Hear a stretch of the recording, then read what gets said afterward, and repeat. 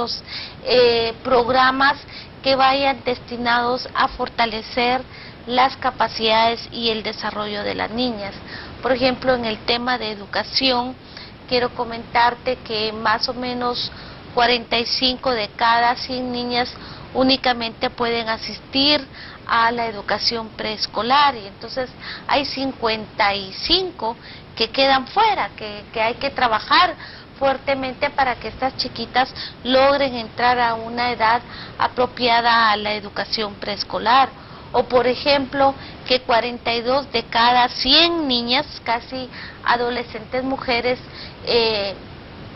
siguen sus estudios secundarios, y entonces hay también un gran reto para incrementar el número de niñas que pasen de la primaria a la secundaria. La educación definitivamente es fundamental, tanto para la niña como para el niño, pero en este caso nuestro interés particular es con respecto a la niña, dado que en su edad, no solo de infancia, de adolescencia, pero también ya cuando es una mujer adulta, es una población altamente vulnerable a una serie de temas como son la violencia doméstica, cuando es niña la violencia intrafamiliar, el tema de la trata, tráfico, explotación laboral, explotación sexual con fines comerciales.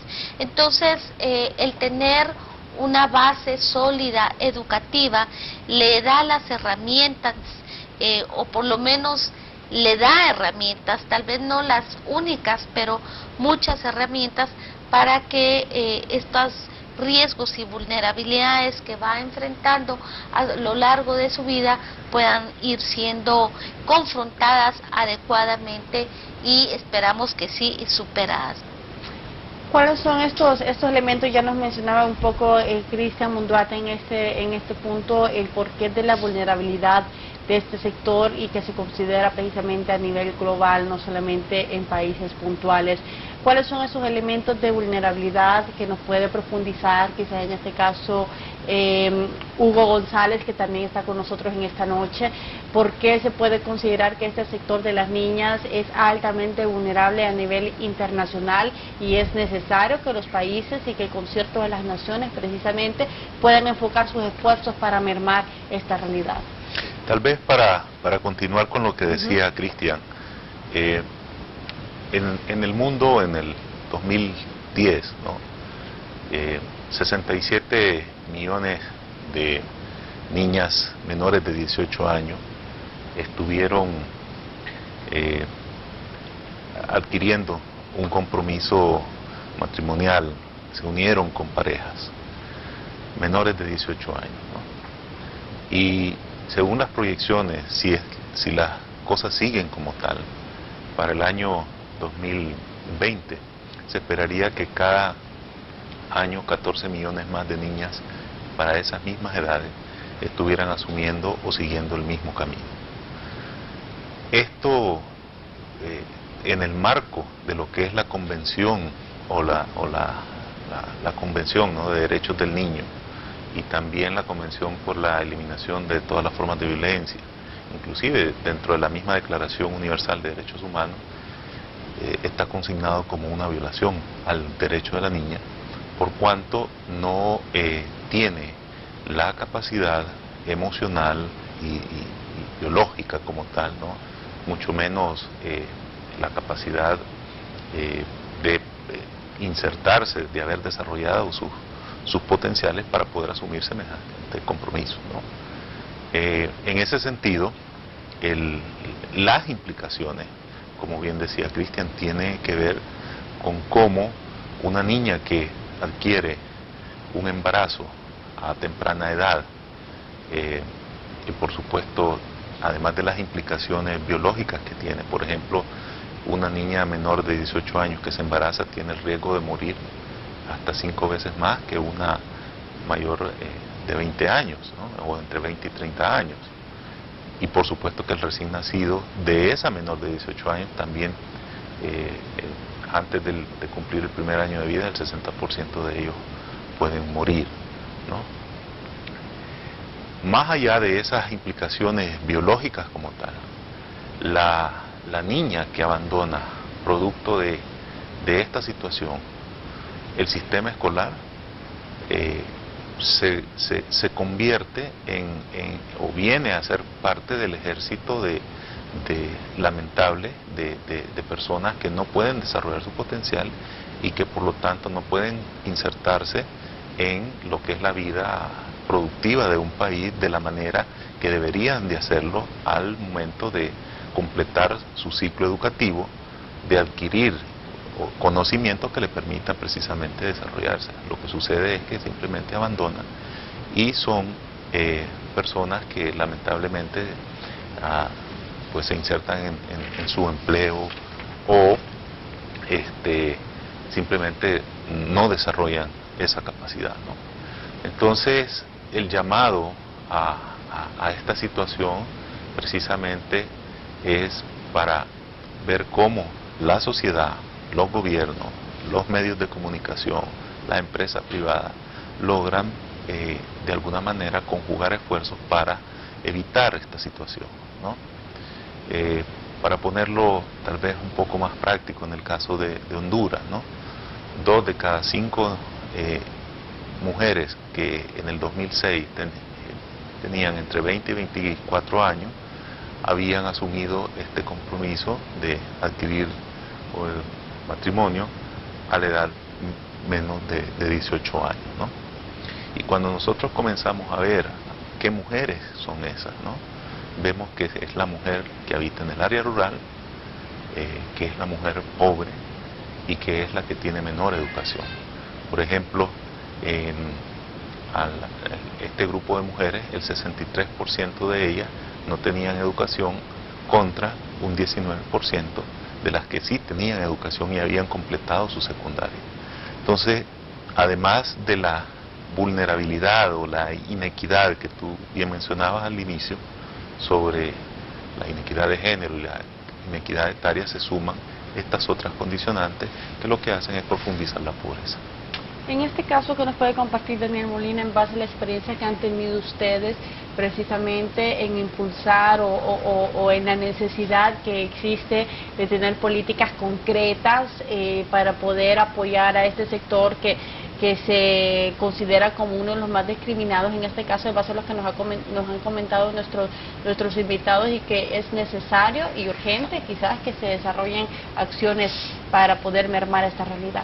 Sí, definitivamente, y para contarte un poco en contexto también a nivel global, el plan y dentro del trabajo de las comunidades que hacemos en diversos países, en varios continentes del mundo, hemos visto que tanto niños como niñas tienen las mismas prerrogativas en el acceso a los derechos, en sus derechos como niños y niñas. Sin embargo, las niñas, por ser niñas, tienen diferentes barreras, enfrentan diferentes barreras a lo largo de su vida, obviamente que les hacen más difícil poder tener el acceso a sus derechos. Desde esa premisa, Plan Internacional desde el 2007 empezó a trabajar una serie de estudios que nombramos los estudios anuales de la situación mundial de las niñas, que tocaban diferentes aspectos, por ejemplo, violencia sexual, embarazo a temprana edad, la trata comercial, las niñas en la tecnología y en el mundo moderno, diferentes áreas y problemáticas a nivel global que enfrentan las niñas. Desde ahí sacamos informaciones muy interesantes que nos dieron y que nos ayudaron a ver cómo esas barreras impactaban directamente en la vida de las niñas. Y por eso es obviamente que se vuelve tan importante estos instrumentos como instrumentos de incidencia hacia los estados, que son obviamente los garantes de poder asegurar que los derechos de los niños y las niñas estén siendo cumplidos. Y obviamente también el involucramiento de los corresponsables, o sea, de la sociedad civil, de las familias, de los padres, de las madres, es tan importante. El trabajo obviamente desde la casa, de la crianza afectiva, la responsabilidad que hay en el sector escolar de asegurar ambientes seguros para las niñas es fundamental en políticas públicas desarrolladas obviamente para la protección de las niñas y de los niños. Obviamente también las voces de las niñas como sujetas activas en el desarrollo de sus propias vidas es fundamental. Por eso la importancia, ¿no?, que los procesos de incidencia vengan también unidos a las voces de las niñas. Hace poco, hace 2 meses y medio, hicimos un campamento con niñas para preguntarles sobre estas barreras, cómo ellas visualizaban estas barreras desde su propia perspectiva. Salieron informaciones muy impactantes y obviamente de las barreras que hay para el acceso de ellas a la educación.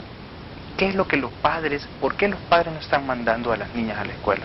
Sus madres. Obviamente hay normas sociales, hay factores culturales que fortalecen el que una niña no vaya a la escuela también, por ejemplo. ¿Qué es lo que pasa cuando una niña queda embarazada, sale embarazada a temprana edad? Obviamente la sociedad rápidamente actúa, ¿no? Actúa y hace ver a la niña, obviamente, con todas sus barreras de discriminación, y obviamente dentro de todo este círculo de barreras, ¿cuál es el rol de los niños, ¿verdad? Por ejemplo, ¿cuál es el rol de los niños? Ese es el informe que sacamos el año pasado, que se llamaba ¿y los niños qué?, ¿verdad? También en todo este proceso de relaciones sociales, la importancia de que los niños, de los jóvenes y de los hombres se involucren en igualdad de género, y que sepamos nosotros como hombres y como niños, como jóvenes, que la igualdad de género es un tema tanto de hombres como de mujeres. Entonces, obviamente, los estudios nos han ayudado, trabajos en diferentes países junto a UNICEF, junto al Fondo de Población, en temas de masculinidades, por ejemplo, ha traído todo un nuevo enfoque en estas temáticas, y un trabajo muy lindo, y obviamente un trabajo de impacto que esos impactos van a ser recogidos intergeneracionalmente. O sea, queremos ver esos impactos ya en las próximas generaciones, pero cambios que podamos ir haciendo ya en este momento. Hay un punto que quizás se mencionó y que me gustaría que lo aclaráramos para las personas que nos están acompañando en esta noche. El Día Internacional de la Niña ya nos ha expresado pues la vulnerabilidad de este sector a nivel internacional, el por qué la misma, por qué se considera un grupo discriminado, pero hay muchos padres de familia que se pueden estar preguntando, y precisamente lo que nos mencionaba en este caso Daniel Molina, ¿y los niños? ¿Cuál es quizás ese punto o esos puntos que son torales que generan esa diferencia en la discriminación que puede vivir o enfrentar una niña de un niño a nivel internacional? Después podremos hablar un poco de la realidad nacional, quizás todos estén evaluando el contexto local, pero estamos hablando en este caso ya en términos internacionales. ¿Cuáles son esos puntos torales que hacen la diferencia? Indudablemente uno de los temas va a ser el tema de los embarazos a corta edad, pero ¿qué otros elementos se pueden considerar quizás como para que los televidentes puedan tener ese concepto claro y no se piense que hay una discriminación para los niños en este caso, ¿verdad? Que no hay un Día Internacional del Niño. No, sí, definitivamente, por ejemplo, en términos mundiales, ¿no? Hay sociedades en donde el tema de la educación, para yo seguir tocando el tema educativo, hasta cierta edad se le permite a la niña estudiar. Pasada esa edad, simplemente la sociedad, la comunidad, la familia ven que como correcto el retirarla de los centros educativos. Sin embargo, el niño tiene la oportunidad de seguir estudiando. Yo puedo decir que en América Latina y en particular acá en Honduras, pues el tema no es, o sea, la brecha de acceso a la educación entre niño y niña no es tan profunda. De hecho, llega a un momento en donde los jóvenes adolescentes tienden a salir del sistema educativo en una proporción mayor que las niñas. Para el caso latino y en particular de Honduras, es un tema que sí, en primer lugar, tanto niño como niña tienen que tener la garantía del derecho a la educación hasta que salen de la secundaria. Realmente eso debería de ser un piso mínimo para Honduras, dado el rezago y la deuda que el país en su conjunto tiene para con los niños desde hace como 10, 12 años, dada la crisis educativa que persiste año con año en el país. Pero aparte de este tema, realmente los grandes retos que hay que superar en términos de la niña es que es mucho más vulnerable a una serie de violaciones, de agresiones que no se dan tanto en el interior del hogar como a nivel comunitario con la niña.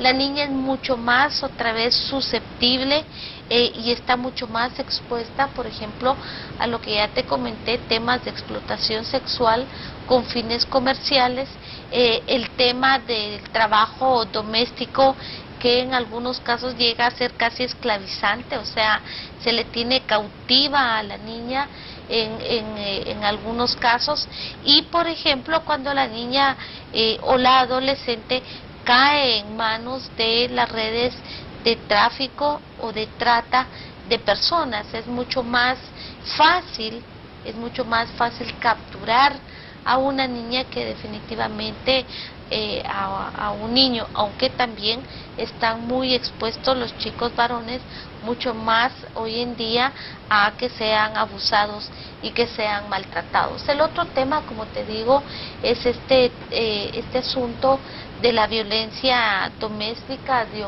violencia intrafamiliar, que poco a poco va minando de una forma profunda y a veces irreversible la autoestima de las niñas, y que posteriormente tiene que ver con la autoestima de la mujer.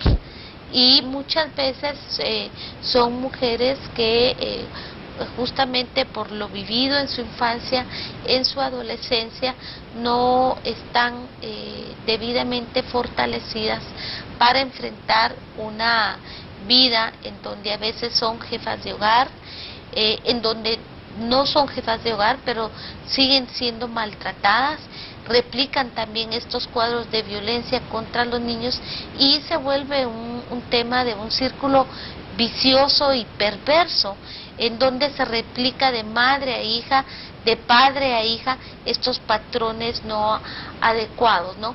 Por el otro lado, yo quiero mencionar este tema de el embarazo adolescente desde dos ópticas, ¿no? Uno, como ya bien lo ha abordado Hugo, eso es un tema de que la niña físicamente aún no está preparada, los riesgos de vida, tanto para la niña como para al niño que va a nacer o la niña que va a nacer, son altísimos. Y hay estudios que comprueban definitivamente que el riesgo de vida de un parto de una niña de 14, 15 años es altísimo. Por el otro lado, la alta probabilidad del niño o la niña que nace de morir en el primer año de vida, precisamente porque en el momento de la gestación, todo el periodo de los 9 meses de embarazo, el cuerpo de la niña no está lo suficientemente desarrollado para que a su vez fortalezca y alimente al niño que lleva en su vientre. Entonces, como te digo, es un tema no solo de la niña como madre, sino de la niña o del niño que está por nacer. Además que es definitivamente, nosotros hemos visto cuadros realmente muy desgarradores, en donde uno ve niñas cuidando a sus hijos, hijas que son niños, o sea, es como que estuviera jugando a las muñecas, y definitivamente no es correcto desde ningún punto de vista que se aceleren estas etapas de vida, ¿no? Yo creo que todos los seres humanos tenemos que tener el derecho a poder disfrutar y gozar de nuestro desarrollo cronológico, intelectual, emocional, de acuerdo a la forma y al tiempo en el que vamos creciendo. No podemos pretender que un niño de 12 años o una niña de 12 años por ejemplo, asuma responsabilidades de un hombre o de una mujer de 25, 30 y 35 años. Sin embargo, se dan estos casos, principalmente en lo que tiene que ver con el trabajo infantil, y este sí es un tema también que afecta fuertemente a las niñas y las adolescentes. Me parece también que los esfuerzos que se están haciendo de abordar y de sensibilizar al niño o al adolescente hombre son importantísimos, porque el tema de la relación de género no quiere decir que, bueno, todo lo repartimos y 50% para las niñas, 50% para los niños, no. Tiene que ver en una relación humana que se debe de aprender desde que uno es pequeño, respetuosa, entendiendo que ambos géneros, ambos sexos tienen diferencias emocionales, hormonales, físicas, pero que en ese interactuar social que tenemos los seres humanos, tenemos que aprender a conocer y a respetar a la otra persona, principalmente cuando son personas de diferente sexo, ¿no? Entonces la relación hombre-mujer.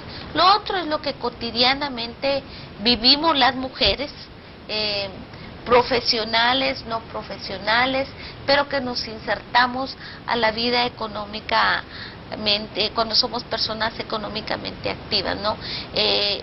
Todavía persiste, lamentablemente, una discriminación oculta muchas veces, otras veces abiertas, en donde las mujeres, ya sea, como digo, profesionales o no profesionales, tenemos muchas veces salarios menos remunerados que los hombres, o posiciones en donde la mujer probablemente es igualmente capaz, pero que definitivamente no se le dan las oportunidades de accesar a diferentes cargos, tanto en lo público como en lo privado, en donde ya, se maneja en el buen sentido de la palabra el poder. Muy bien, ¿y qué nos puede compartir Hugo González sobre el tema de la falta de políticas, la necesidad que hay que existan políticas concretas para poder apoyar a este grupo de niñas? En este caso podríamos hablar del caso de Honduras, pero estamos hablando que la necesidad de políticas concretas es a nivel internacional.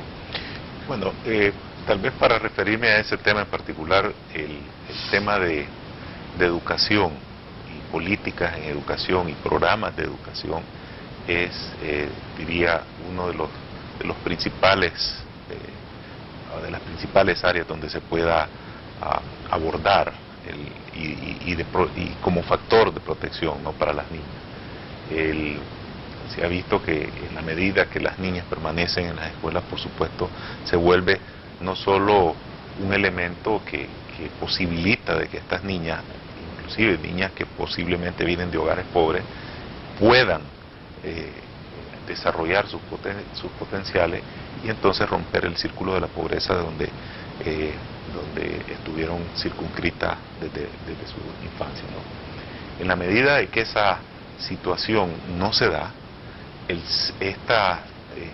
se vuelve un círculo vicioso, ¿no? Como bien decía Cristian, se ha visto en estudios internacionales que existe una predisposición de niñas que son madres, que son hijas de madres adolescentes, ¿no?, que pueden volver a repetir la misma situación porque lamentablemente la mamá no logró, precisamente por haber abandonado el sistema educativo, no le logró brindar los elementos necesarios para que su hija lograra desarrollarse, y esto se vuelve un círculo vicioso donde entonces la niña vuelve a insertarse en la misma situación, en el mismo contexto, y se va generando un círculo vicioso de pobreza. La educación es el elemento que puede precisamente romper ese círculo vicioso de pobreza, y por lo tanto políticas que apunten a niñas, sobre todo del área rural, niñas que provienen de familias con pocos ingresos, que logren acceder a un sistema educativo que además no solo sea el acceso a, sino el acceso a una muy buena, es decir, a una educación de calidad que le permita precisamente desarrollar sus potenciales, ¿no?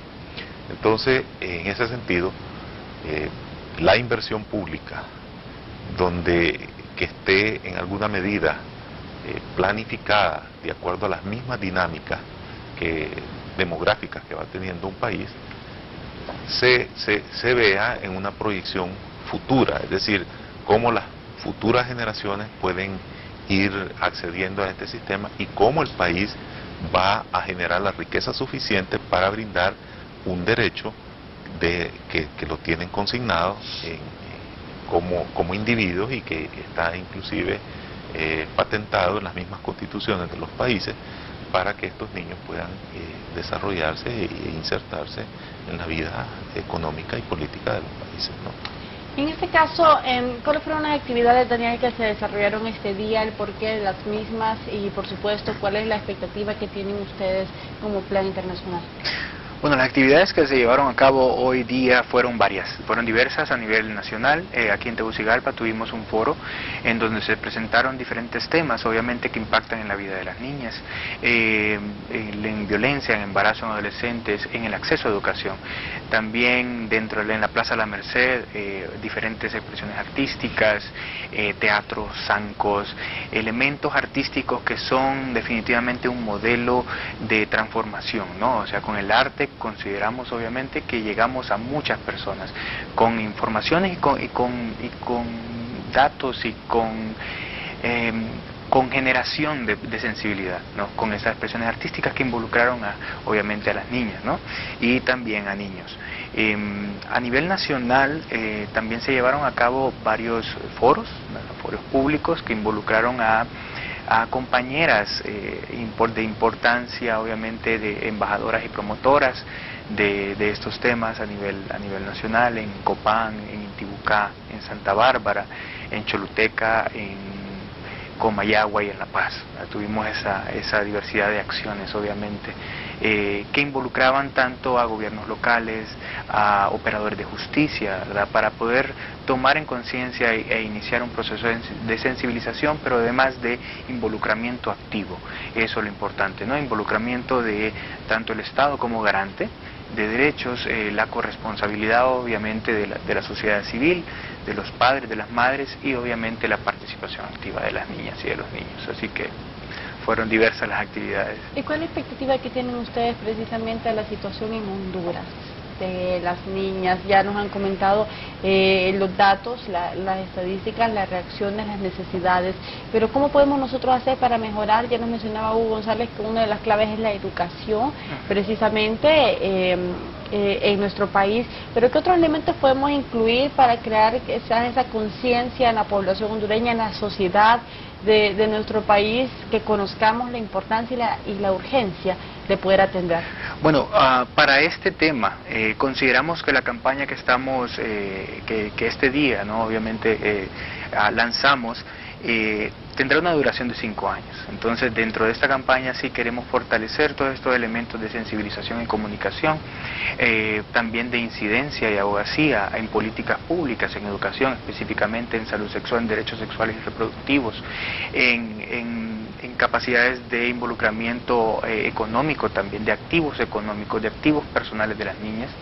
Obviamente comunicación, incidencia, programas y proyectos transformadores de género, que cambien, que vayan en busca de la transformación de las condiciones, pero también de las posiciones de las niñas a nivel social. Eso y el valor, ¿no?, el valor que le da la sociedad a las niñas, esos proyectos transformadores. Y obviamente también dentro de todos estos pilares, el pilar de la movilización de los recursos y el involucramiento tanto de la empresa privada, los garantes, organizaciones civiles, organizaciones internacionales. Entonces, aquí este es un arranque, ¿no?, de un trabajo de 5 años en donde esperamos el involucramiento de muchas organizaciones, de los medios de comunicación, para poner el tema de las niñas y las barreras de las niñas en la mesa de discusión, en la mesa de análisis, y poner estos temas realmente para buscar soluciones, y en donde las soluciones y las tomas de decisión consideren activamente las decisiones de las niñas. Tenemos que hacer en este momento una breve pausa comercial, pero retornamos en breves instantes con nuestros invitados ya para la etapa de conclusiones y recomendaciones en esta noche, solamente compartiendo algunos datos que se nos han facilitado precisamente sobre este tema y el porqué de la vulnerabilidad de las niñas en el mundo. Se menciona que 62 millones de niñas no van a la escuela. Cerca de 140 millones sufren de por vida consecuencias de la mutilación sexual y se menciona que son 10 millones que son obligadas cada año a casarse antes de tener la mayoría de edad. Parte de las situaciones que se enfrentan, incluso hay países hasta donde evitan, hasta que controlan precisamente los nacimientos de niñas, en donde no se permite precisamente el nacimiento de las mismas. Uno de ellos pues se genera en la India. Hacemos una pausa comercial, pero retornamos en breves instantes.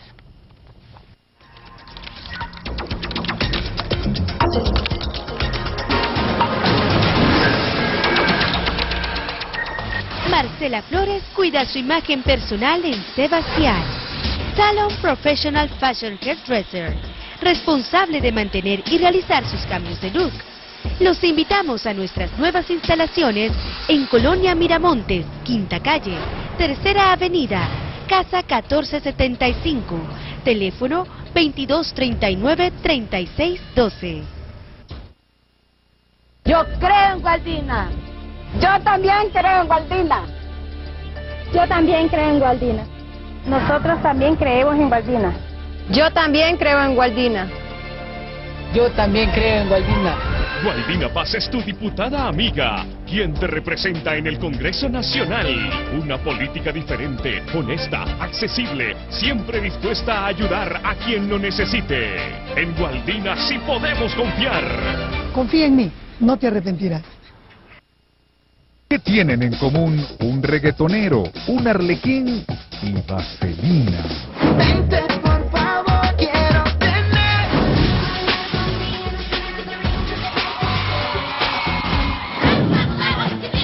Que todos están en un mismo lugar. Super Sábado Sensacional, la música y el entretenimiento para tu fin de semana. Por 12 TV.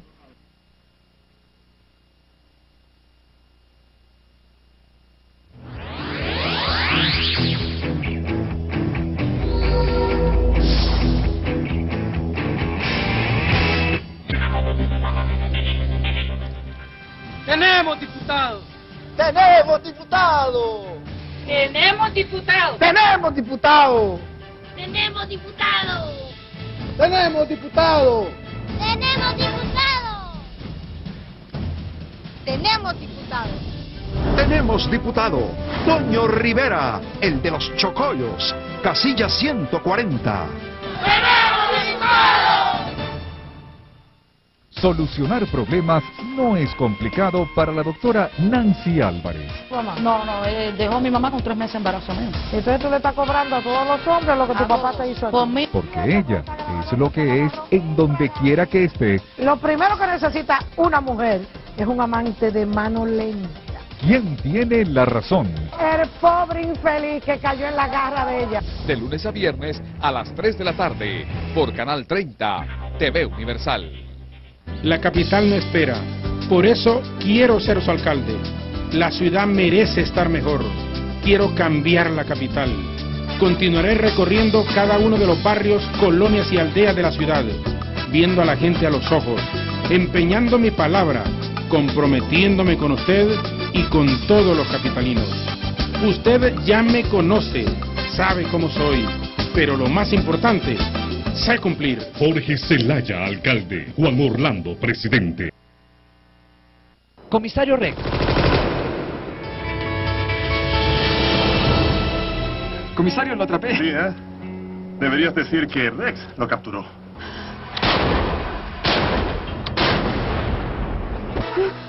Abres la boca y te mato, lo juro. Lo logramos, campeón. Comisario Rex, sábado y domingo, 11 de la mañana por Canal 30.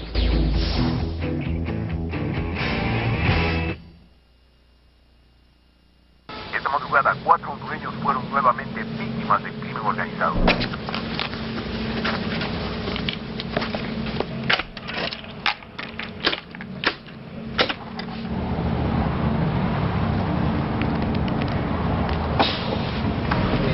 Está aire. Don Jorge. Ya.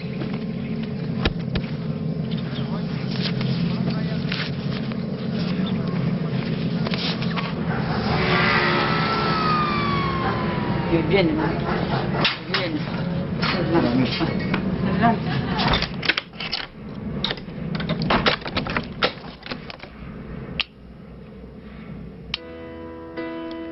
¿De verdad queremos seguir así?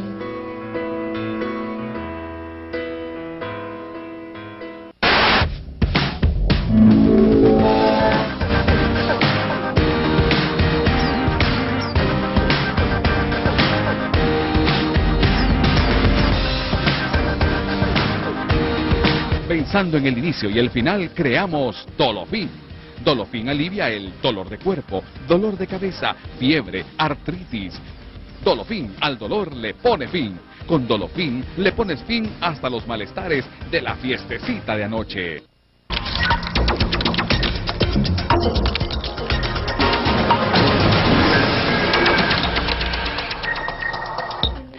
Continuamos esta noche, 11 de octubre, Día Internacional de la Niña.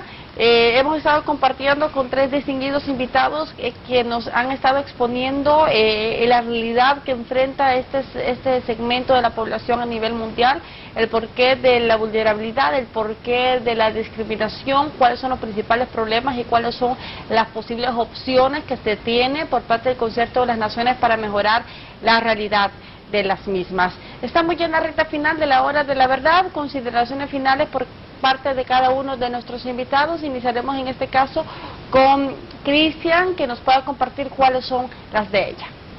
Bueno, yo diría que desde una perspectiva de un ambiente protector para la niña, hay diferentes responsables y actores responsables de su protección y de su cuidado, ¿no?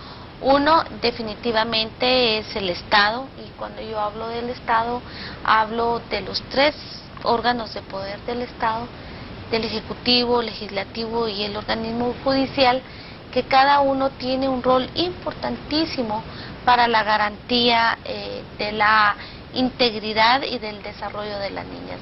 Si estamos hablando del Ejecutivo, pues que existan políticas sociales, tanto en el campo de la salud como de la educación, de la nutrición, de la participación, en la parte de la inserción y preparación para la vida laboral, que refuercen positivamente y empoderen a la niña y a la adolescente. Acá estamos hablando de que esto no solo se quede en la parte, digamos, formal de la existencia de una política, sino que éstas realmente logren implementarse, o sea, ejecutarse de una forma pertinente y eficiente. Y para saber si es pertinente y eficiente, pues tienen que haber mecanismos que puedan monitorear y evaluar efectivamente cuál ha sido el impacto positivo que se ha tenido a través de estos programas. Suficiente presupuesto. Diría que en realidad hay que privilegiar Honduras definitivamente, dada la condición económica, social y de inseguridad que tiene el país, tiene que privilegiar la inversión en las niñas y en los niños de su país. Por el otro lado, el organismo legislativo tiene que tener leyes sólidas, consistentes, coherentes, que vengan a garantizarle precisamente a las niñas y a los niños un marco legal que les proteja y que les inmunice contra cualquier acción que cometamos los adultos y que atente contra cualquiera de sus derechos. Y por supuesto el organismo judicial tiene que actuar positivamente a favor de los niños. A mí hace unos unos días me entrevistó CNN sobre el tema de trata, tráfico y explotación sexual comercial de las niñas y de los niños, y me decía, pero ¿cuántos son? Le digo, mire, es realmente casi imposible poder determinar uno a uno de cuántos casos hablamos, justamente porque esto es un hecho ilícito, penado por los diferentes países, y en el caso de Honduras ya salió afortunadamente este año la ley en donde se penaliza severamente a los adultos que estén cometiendo estos delitos contra los niños. Sin embargo, los niveles de denuncia son escasos, y además los casos finalmente, y con mucho pesar tenemos que decirlo, que en un gran número no se resuelven. Entonces, esa es una acción positiva que hay que fortalecer por parte del organismo judicial, que los casos efectivamente se terminen y que se sancionen. Pero por el otro lado, hay una gran responsabilidad, por ejemplo, de las comunidades de proteger a sus niñas. Socialmente, por ejemplo, los teleaudientes que nos están viendo esta noche, ¿cuántas veces han visto a niñas adolescentes correr riesgo en las calles de los barrios de sus comunidades? ¿Y cuántas veces realmente ha habido una preocupación por proteger a la niña del vecino, a la niña de la esquina? Entonces la comunidad tiene una gran responsabilidad de cero tolerancia contra cualquier tipo de agresión en contra de las niñas. Y por supuesto esto va acercándose a los ambientes en donde se desarrolla la niña. La familia tiene una altísima responsabilidad, y los padres de familia también. Probablemente. Hugo González. Sí, tal vez para complementar lo que nos compartía Cristian, además de la parte de educación que ya abordamos ampliamente, hay otros sectores que por supuesto pueden ayudar a romper estas vulnerabilidades, ¿no? Y uno de ellos es precisamente salud, ¿no? Salud, que por supuesto el permitir el acceso a información sobre y al uso, ¿verdad?, de los servicios, sobre todo servicios de salud sexual y reproductiva, por supuesto que vienen a romper una dinámica de, por ejemplo, el embarazo temprano, el embarazo no deseado, ¿no?, con acceso a métodos de planificación familiar para mujeres y jóvenes que han iniciado una vida sexual activa, información sobre los mismos temas, ¿no?, que refuerzan, por supuesto, la parte que a nivel del sistema educativo se pudo haber brindado o generado. Pero aquí el principal círculo donde debería de esto iniciar es precisamente en el seno de la familia, donde se crean las condiciones para que los hijos logren platicar con sus padres, con sus madres, y que se crea un ambiente donde precisamente se generen lecciones y enseñanzas que les ayuden a estas niñas a precisamente prevenir situaciones que lo que van a hacer es vulnerabilizarlas un poco más, ¿no?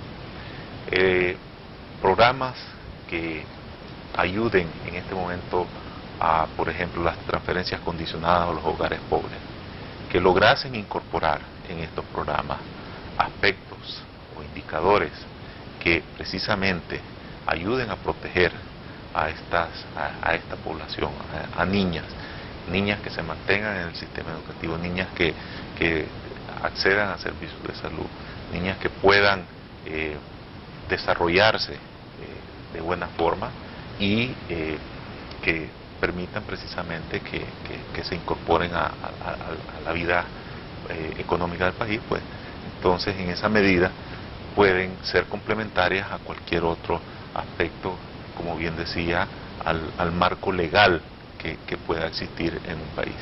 Y tal vez por último recordar las palabras con las que iniciaba. Esto es un tema de derechos.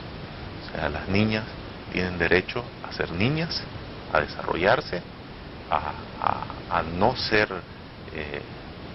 esclavizadas bajo ningún tipo de situación ni condición, y por lo tanto son seres humanos que necesitan contribuir a ellas mismas, contribuir a sus comunidades y contribuir a su país, desarrollando sus potenciales y encontrando las oportunidades para ellos. Bien, ¿qué nos puede compartir Daniel Molina?